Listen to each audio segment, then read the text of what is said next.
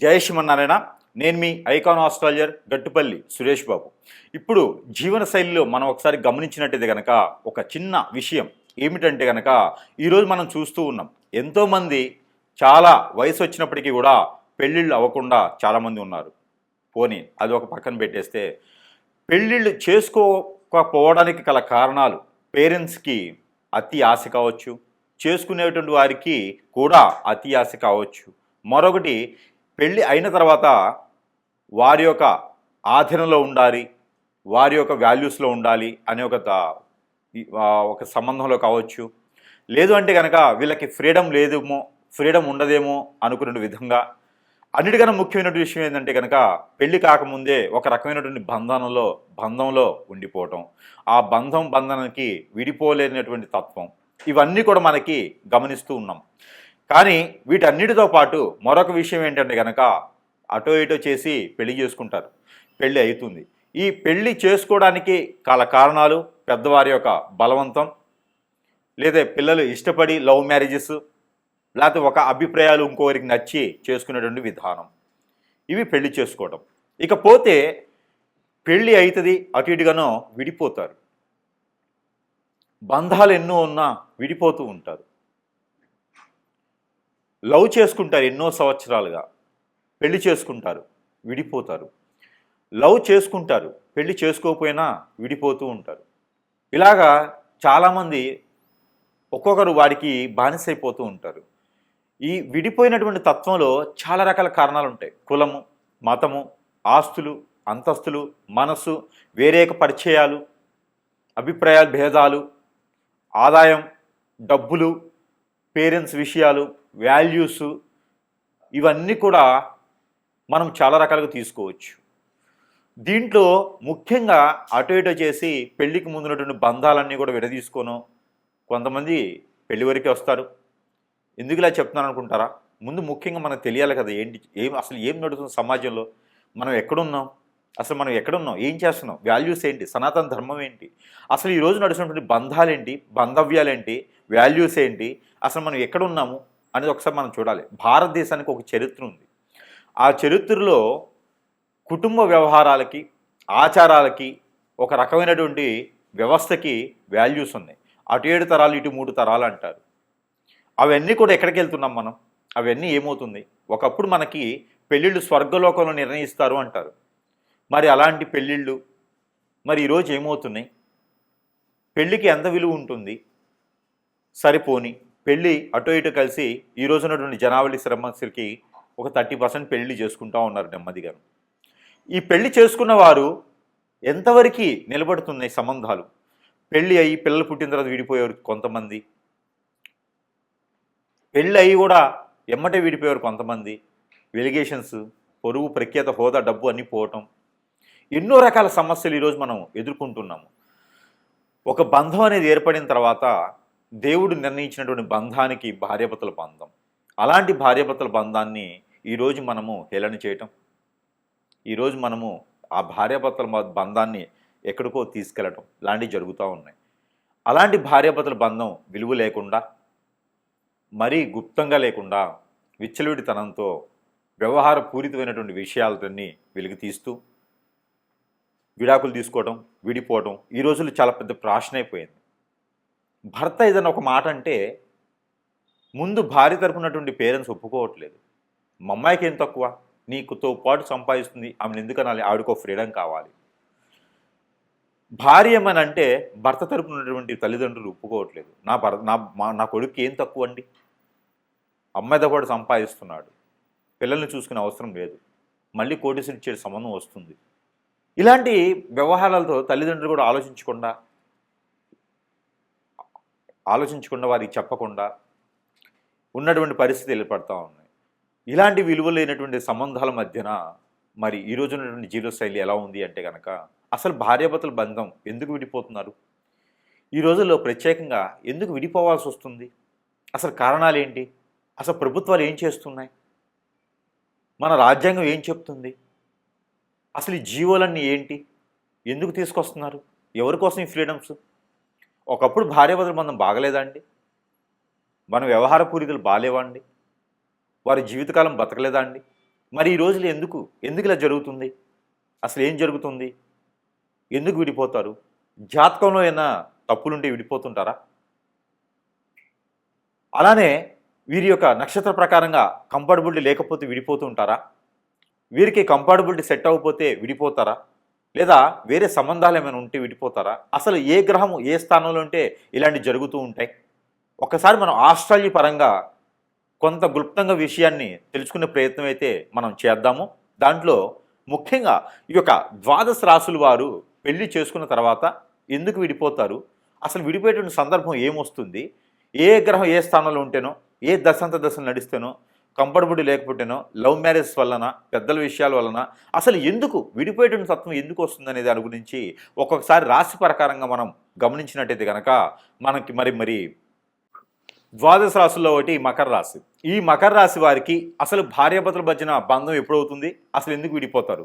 ఎలాంటి కారణాల వల్ల విడిపోతారో ఒకసారి గమనించినట్టయితే కనుక ఇక మకర రాశి వారి పెళ్ళి అయితే కనుక మినిమం 25 సంవత్సరాల తర్వాతనే పెళ్లి చేసుకుంటారు. ఇక ఈ పెళ్లి చేసుకున్న తర్వాత వీరు చాలా అన్యోన్యంగా ఉంటారు. వీరు నలుగురిలో బతికేటువంటి వ్యక్తులు కాదు. చాలా చాటుగా, చాలా అందంగా ఒక కుటుంబాన్ని ఏర్పరచుకుంటారు. 4 గోడల మధ్యన ఉంటారు. సంసారం నడుపుతూ ఉంటారు. అదే సైకిలు, అదే ఇస్త్రీ బండి, అదే విధంగా నడుపుకుంటారు. అదే కూరగాయల బండి, ఏదైతే పని చేస్తుంటారో 10 సంవత్సరాలు కూడా మారకుండా అదే విధంగా వెళ్తూ ఉంటారు. హెడ్ మాస్టర్ లాంటి జీవితం అనుకుంటారు అనమాట. అలాంటి జీవితంలో ఉన్నటువంటి వారికి ఎవరైనా పెళ్లి చేస్తున్నారంటే వీరికి రోజుకో రకమైనటువంటి ఇది కావాలి, స్పెషల్ కావాలి. ఈ రోజుకో రకమైనటువంటి వ్యవహారాలు ఉండాలి. అలాంటి లేనప్పుడు, ఓర్పుకు లేనటువంటి వారు ఖచ్చితంగా వారు విడిపోతారు అని చెప్పొచ్చు ఒక కారణం.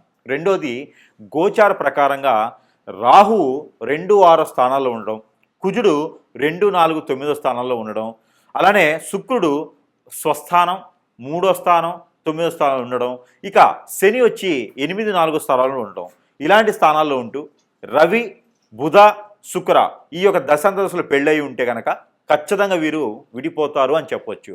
లేదా వేరే సంబంధంతో పెళ్ళి అవుతుంది అని చెప్పొచ్చు. లేదా రెండో సంబంధం, మూడో సంబంధాలు లాంటి వాటి కూడా చేసుకునేటువంటి ఆస్కారం ఎక్కువగా ఉంటుందని చెప్పొచ్చు. వీరికి పెళ్ళి అయి ఉన్న వారిని ఎక్కువగా పెళ్లి చేసుకునేటువంటి విషయం కూడా కనపడుతూ ఉంది. కాబట్టి ఇలాంటి వారు విడిపోవాలంటే కనుక ఏదైనా చెడు వ్యసనాలు కానీ, ఏదైనా చెడు అలవాటుకు బానిస అవటం కానీ, లేదా ఎఫ్ఐఆర్స్ పెట్టుకోవడం లాంటి వాటిల్లైతే నిమగ్నమై ఉంటారు. కాబట్టి తస్మా జాగ్రత్తగా ఉండాలి ఎదుటి వ్యక్తులతో. మీకున్నటువంటి పొరుగు, ప్రఖ్యాత, హోదా, డబ్బు, పలుకుబడి అన్నీ కూడా బొగ్గు పాలవుతాయి. కాబట్టి మీరందరూ కూడా చాలా జాగ్రత్తగా ఉండాలి మకర రాశి వారు. ఎందుకంటే మీ మీద గ్రహాలు కూడా ఒక పక్కన ఫైట్ చేస్తూ ఉంటాయి. ఒక పక్కన మనుషులు, ఒక పక్కన పెళ్లి చేసుకునేవారు ఎలా భరాయించారు కదా మీరు. కాబట్టి కొంతమేర జాగ్రత్తగా ఉండాలి. ఆస్తులు, అంతస్తులకు ఇచ్చేవారికి పక్కన పెట్టేయండి.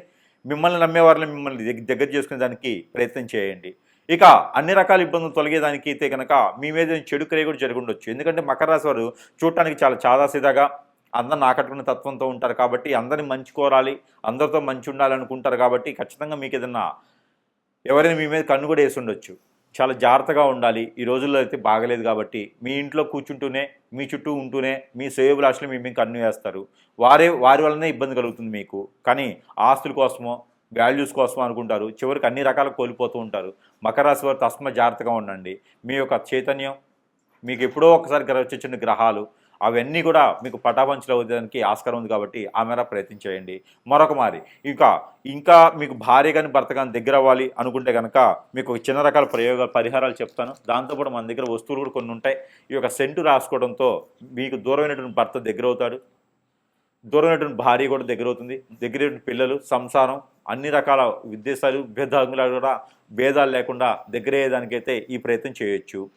ఇకపోతే ఆరావళి కాటుక, ఇది చిన్నపిల్లల నుంచి పెద్ద పిల్లల వరకు అందరూ రాసుకోవచ్చు. ప్రేమ, ప్రఖ్యాత, హోదా, డబ్బు, పొలుగుబడి అన్నీ కూడా వస్తాయి. దిష్టి దోషాలు అన్నీ కూడా పోతాయి. కాలసర్పదోషం, నాగదోషం, కుజ దోషాలన్నీ కూడా కొంతమేర పటాపంచలు అవుతాయి. ఈ కాటుకుని మీరు ధరించుకోవడం వలన అందరికీ పెట్టొచ్చు. దిష్టి దోషాలన్నీ పోతాయి. ఇక భార్యాభర్తలు అయితే దగ్గర అయ్యేదానికి ఆస్కారం ఎక్కువ కనిపిస్తోంది. ఇక వీటితో పాటు చాలా రకాల వస్తువులు మీ సమస్యను బట్టి పరిష్కార మార్గం చూపించబడుతుంది. చాలా రకాల వస్తువులు కూడా మీ యొక్క సరసమైనటువంటి ధరలను మీ చెంతకి చేర్చేటువంటి సదవకాశాలు మన దగ్గర ఉన్నాయి. అన్నీ కూడా మీరు వాడుకోవచ్చు. మీ సమస్యను బట్టి వస్తూ ఉంటుంది. మన దగ్గర మంత్రోచ్చారణ చేసి ఉంటుంది. ఇక దీంతోపాటు చిన్న సమస్యలు అయితే కనుక పరిష్కార మార్గాలు చెప్తాను, అవి చేసుకుంటూ ఉండండి. ఇలానే కనుక విడిపోయినట్లయితే కనుక మీకు ఒక చిన్న పరిహారం కూడా చెప్తాను. ఆ పరిహారం చేయండి. కొంతమేర ఇదంతా కూడా గుడ్డిలో మెల్ల అనుకోవచ్చు. అంటే పూర్తిగా కళ్ళు లేని వాళ్ళకి కొంచెం మసలబారిన కళ్ళు ఉండి కళ్ళజోడు పెట్టుకుంటే ఎలా ఉంటుందో అలాగ పరిహారాలు. ఇంకా పూర్తి దోషాలు పోవాలంటే మాత్రం ఖచ్చితంగా గురువుని కలవాల్సిందే. సమీప దూరంలో గురువుని కలిస్తే మీకున్న పరిష్కార మార్గం అయితే చూపించబడుతుంది. అయితే ముఖ్యంగా ఈ పరిహారం అయితే మీకోసం ప్రయత్నం చేయండి. ఇక ఈ ఒక రాశి వారైతే కనుక మీరు ఏం లేదండి, 5 బావిల నీళ్ళు అని ఉంటాయి, లేదా 5 చెరువుల్లో నీళ్లు తీసుకురావండి, లేదా 5 బోరుల్లో నీళ్లు. 5 ఇళ్లల్లో కాదు, 5 బోరుల్లో లేదా 5 బావిల్లో, బావి చెరువు అంటారు కదా, అట్లాగా 5 వాటిల్లో నీళ్లు తీసుకురావాలి. 5 చెరువుల్లో నీళ్లు తీసుకొచ్చి ఒకటిగా చేయాలి. ఒక దాంట్లో కలుపుకోవాలి. కలిపినటువంటి దాంట్లో కుంకుమ పువ్వు, పన్నీరు, జాజికాయ, జాపత్రి, అనాస పువ్వు, దాల్చిన చెక్క, మిరియాలు, అలానే ఇంగువ, ఇవన్నీ కూడా కలగలిపి ఒక్క తమలపాకులు 2 ఇవి కూడా వేసి మిక్సీ కొట్టాలి. మిక్సీకి వేసి దాన్ని అంతని కూడా పేస్ట్ చేయాలి. ఈ పేస్ట్ చేసింది ఈ పాలలో కలపాలి. తగినంత తేనె కలపాలి. కలిపినటువంటి మిశ్రమాన్ని ఎక్కడైనా సరే దానిమ్మ చెట్టు లేదా సీతాఫల చెట్టు లేదా వేప చెట్టు, రావి చెట్టు, ఈ 2 కలగలిపి ఉన్నటువంటి సమయం, అక్కడ స్థలం, వాటిలో గురువారం రోజున, శుక్రవారం రోజున సాయం సంధి వేళలో అభిషేకం చేసి మట్టి ప్రమిదిలో, అభిషేకం అంటే ఆ చెట్టు పాదిలో పోయటం, 3 సార్లు తిరుగుతూ పోయాలి. అలానే ఒక పసుపు కలర్ దారం కానీ, 7 పోగులు వేసినటువంటి వైట్ కలర్కి పసుపు రాసినటువంటి దారం కానీ ఆ చెట్టుకు కట్టాలి. 7 పోగులు 7 సార్లు తిరిగి చుట్టు కట్టాలి. అది వేసి కనుక అక్కడ చెట్టు కింద మట్టి ప్రమిదిలో 2 ఒత్తులేసి ఆవు నెయ్యితో లేదా కోకోనట్ ఆయిల్తో దీపారాధన చేయాలి. లేదా నిమ్మకాయ తొడిమి ఉంటుంది కదా, అది నిమ్మకాయ తొక్క, అదే వెనక తిప్పేసి కోకోనట్ ఆయిల్ వేసి దీపారాధన చేయాలి. ఇలాగా 3 మాసాలు 3 సార్లు చేస్తే వారంతో సంబంధం, నక్షత్రంతో తిథితో సంబంధం లేదు. గురువారం లేదా శుక్రవారం చేయండి. మాసానికి ఒకసారి ఏం చేయండి. పౌర్ణమి ముందు వచ్చేటువంటి శుక్రవారం, గురువారం చేస్తే చాలా మంచిది. ఇలాగా 3 మాసాలు 3 సార్లు చేయాలి. స్త్రీ పురుషులు ఇరువురు కూడా చేయొచ్చు. ఇది ఎందుకోసం పరిహారం మీకు చేసి ఆ ప్రమిది కింద మీ సమస్య భార్యాభర్తల మధ్యన ఏముందో, ఎందుకు గొడవలు అవుతున్నాయి, ఏదైనా అఫైర్స్ ఉన్నాయా, ఏదైనా సమస్య ఉందా, ఆర్థిక సమస్య, ఆరోగ్య సమస్య, లేకపోతే మాట వినట్లేదా, ఇవన్నీ కూడా సమస్యని ఒక వైట్ పేపర్ మీద కాటుకతో, కాజల్తో అయినా రాయండి. మీ భాషలో మీరు రాయండి. రాసి 4 మడతలు వేసి మీకు ఆ ప్రమిది కింద పెట్టండి. ఆ ప్రమిది కింద పెట్టేటప్పుడు మోదుగాకు అని ఉంటుంది. ఆ మోదుగాకు వేయండి. మోదుగాకు పైన పేపర్ పెట్టండి. ఈ పేపర్ పైన ప్రతిమ పెట్టి దాంట్లో దీపారాధన చేయండి. ఇలా 3 వారాలు 3 మాసాలు చేయండి. దీని ద్వారా విడిపోయినటువంటి వారు కలుసుకునే దానికి చాలా అవకాశం ఉంటుంది. కాబట్టి ఈ ప్రయత్నం మీకోసం. ఈ పరిహారం అయితే ఖచ్చితంగా మీకోసమే. ఈ రాశివారు అయితే కనుక ఒక జాజికాయ తీసుకోండి, తెల్ల జిల్లేడు ఏరు చిన్నది, నల్ల ఉమ్మెత్త ఏరు చిన్నది, ఈ 3 తీసుకోవాలి. ఈ 3 తీసుకొని భోజపత్రం అని ఉంటుంది, మనకి పూజా సామాగ్రిలో దొరుకుతుంది.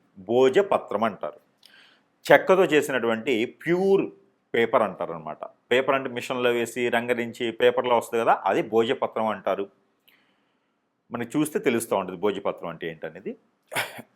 అయితే ఆ భోజపత్రం పైన మీ పేరు, ఎవరైతే విడిపోయారో వారి పేరు రాయండి. రాసి మధ్యలో స్వస్తిక్ వేయండి. ఆ పేరుకి పేరుకి మధ్యన స్వస్తిక్ వేయండి. స్వస్తిక్ వేసి చుట్టూతా కూడా ఇంటూస్ గీయండి. ఇంటూ అష్టదిబ్బందన అన్నట్టుగా 8 ఇంటూ గిలియాలి. 8 రకాల ఇంటూలు రౌండ్ వైర్గా గీస్తూ ఉండాలి దానిపైన.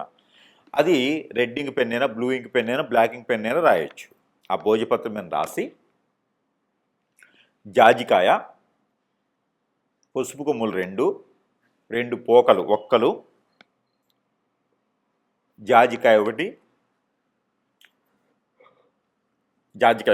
దానితో పాటు మీరు ఒక ఎల్లో కలర్ వస్త్రం తీసుకొని దాంట్లో ఒక 3 దోసెట్లు బియ్యం, ఇలా 3 గుప్పెట్లు బియ్యం, దాంట్లో పసుపు, కుంకుమ, గంధం, ముగ్గు, ₹1 కాయిన్, దాంతోపాటు నేను చెప్పినటువంటి పసుపు కొమ్ములు, జాజికాయ ఒక్కలు ఇవన్నీ కూడా వేసి ముడుపు కట్టేయండి. ఎర్రదారంతో ముడుపు కట్టండి. ముడుపు కట్టి మీ దేవుని మందిరంలో పెట్టండి. రాసిన రోజున ఇది గురువారం, శుక్రవారం రాయాలి. భార్యాభర్తలు కలవటానికి, ఇది విడిపోయి ఉంటే కలవటానికి. గురువారం, శుక్రవారం రోజున ఈ పరిహారం చేసుకోండి. పూజ మందిరంలో పెట్టి చక్కెర పొంగల్ చేయండి. 3 రోజులు చక్కెర పొంగల్ చేసి నైవేద్యం పెట్టండి. నైవేద్యం పెట్టేసి ఆ ముడుపుని 3 రోజుల తర్వాత తీసుకొని వెళ్ళి ఎక్కడైనా పారేడు నీటిలో వేయండి. వేస్తే అంతటితో మీకు విడిపోయినటువంటి భర్త కావచ్చు, భార్య కావచ్చు, ఎలాంటి పరిస్థితులు విడిపోయినా మళ్ళీ తిరిగి వచ్చేదానికైతే ఖచ్చితంగా అవకాశం దొరుకుతుంది మీకు. ఈ ప్రయత్నం చేసి చూడండి. జై శ్రీమన్నారాయణ. ఈ పరిహారం అయితే మీకోసం. ఈ రాశి వారు కనుక ఈ పరిహారం చేసుకున్నట్టయితే కనుక ఖచ్చితంగా విడిపోయినటువంటి భార్యాభర్తలు ఒకటేలా ఉంటుంది, పెళ్లి కానివరకైతే పెళ్లి అయ్యేలా కూడా ఉంటుంది. అలానే ఈ పరిహారం చేసుకోండి, అదృష్టవంతులు అయ్యేదానికి ఆస్కారం ఉంటుంది. మీకున్నటువంటి కుజదోషం, కాలసర్పదోషం, నాగదోషం అన్నీ కూడా కొంచెం మేర ఉపశమనం దొరికేదానికి అవకాశం కనిపిస్తుంది. కాబట్టి ఈ ప్రయత్నం చేయండి. మీకు వైట్ కలర్ దారం తీసుకోండి.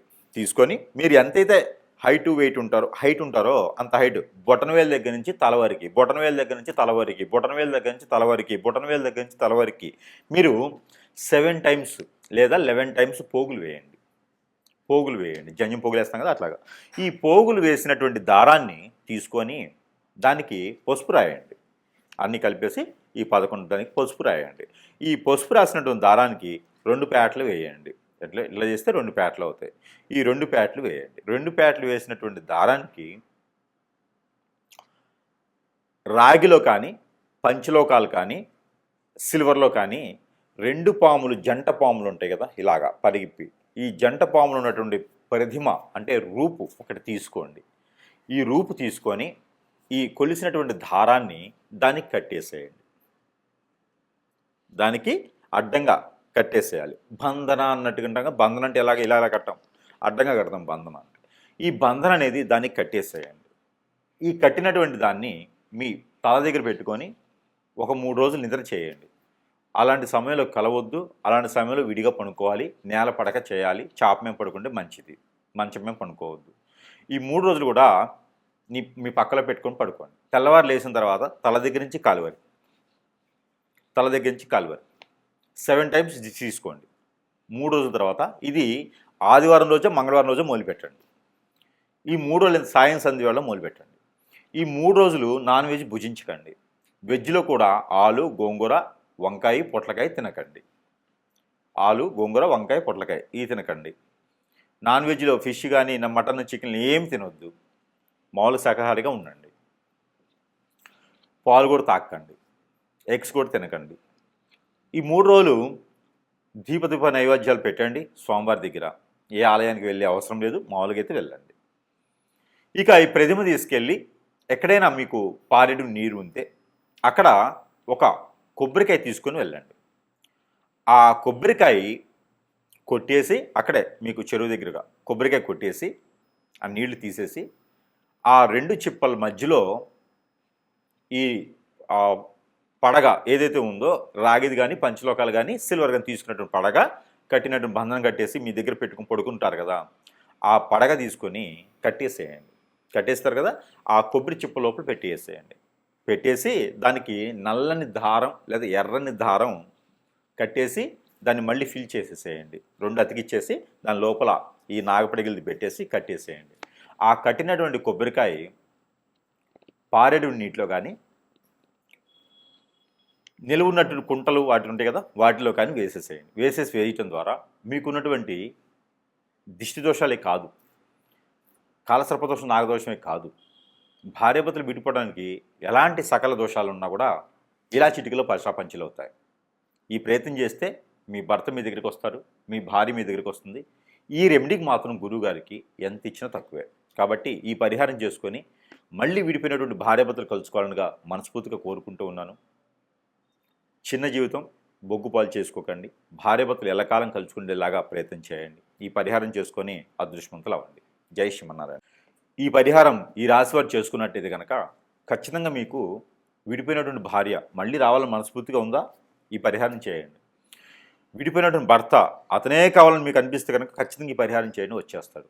ఏమిటంటే ఒక రాగి పాత్ర తీసుకోండి, చెమ్ము, గ్లాసు, పాత్ర ఏదైనా తీసుకోండి. తీసుకొని దానిపైన మూత ఉంటుంది కదా, ఆ మూత కింద పెట్టండి. సింహద్వారానికి లోపల నుంచి బయటికి వస్తూ ఉంటే రైట్ సైడ్లో ఉండాలి. బయట నుంచి లోపలికి వెళ్తుంటే లెఫ్ట్ సైడ్లో ఉండాలి. గడప పక్కన ముందు అంటే లోపల మనం బయటికి వెళ్ళే దారిలో గడప పక్కన లోపల నుంచి బయటకు వస్తుంటే రైట్ సైడ్. కింద ప్లేట్ పెట్టి దానిపైన భోజపత్రం లేదా మోదుగాకు అంటారు కదా, మోదుగాకు వేయండి. మోదుగాకు పైన మూత పెట్టేసేయండి. చిన్న ఇట్లా పెట్టేసేయండి మూత ఎలికల. దాంట్లో పాత్ర, గ్లాసు, చెమ్ము ఏదో ఒకటి పెట్టేసి దాని లోపల నీళ్లు వేయండి. నీళ్లు వేసి దాంట్లో మందార పువ్వు ఒకటి, రోజ్ పువ్వు ఒకటి వేయండి. ప్రతిరోజు నీళ్లు మార్చండి, పువ్వులు మార్చండి. దాంట్లో ఒక జాజికాయ వేయండి. మిరియాలు ఒక 4 వేయండి. తెల్ల ఆవాలు ఒక 4 వేయండి. మెంతులు ఒక 4 వేయండి. ఇవి వేసిన నీళ్ళు అక్కడ పెట్టేయండి. ప్రతిరోజు కూడా ఉదయించే సూర్యునికి నీళ్లు ఆర్జనివ్వండి. ఇది వేరు, ఇది వేరు, రెండు చేయండి. ఈ రెండు చేస్తూ నాగపడిగలు కానీ, మానసదేవి అమ్మవారు కానీ, సుబ్రహ్మణ్యేశ్వర స్వామివారు కానీ, పుట్ట దగ్గర కానీ, కుమారస్వామి, అయ్యప్పవారి స్వామి, ఇక్కడ ఈ ఆలయాల్లో మాత్రమే మీరు చలిబిడి అంటే అందరికీ తెలుసా? తెలియకపోతే బియ్యం పిండి, బెల్లం కలిపినటువంటి బియ్యం పిండిలో సజ్జలు ముందు రోజు నానబెట్టి, ఒక 2 గుప్పెళ్ళు సజ్జలు నానబెట్టి అవి ఒక వస్త్రంలో, కాటన్ వస్త్రంలో కడితే చిన్న చిన్న మొలకలు వస్తాయి. తెల్లవారిన తర్వాత ఓ 4 గంటలు నానిన తర్వాత కడితే మొలకలు వస్తాయి. ఆ మొలకలు వచ్చినటువంటి సజ్జల్ని ఈ చలిబిడిలో కలపండి. బియ్యం పిండి, బెల్లం కలిపినటువంటి పిండిలో కలిపేసి అక్కడ స్వామివారికి నైవేద్యం పెట్టండి. ఏ సమస్య అయితే భార్యాభర్తల మధ్య ఉందో ఆ సమస్య విడిపోవాలని. ఇవన్నీ కూడా మీరు ఒక 21 రోజు చేయండి. ఖచ్చితంగా విడిపోయినటువంటి భార్యాభర్తలు ఖచ్చితంగా కలుసుకుంటారు. ఇలా చిటికలో అయిపోతుంది. కోర్టు వరకు వెళ్ళినటువంటి సమస్యలు కూడా పటాపంచలైపోతాయి. ఈ ప్రయత్నం చేసి చూడండి. జై శ్రీమన్నారాయణ.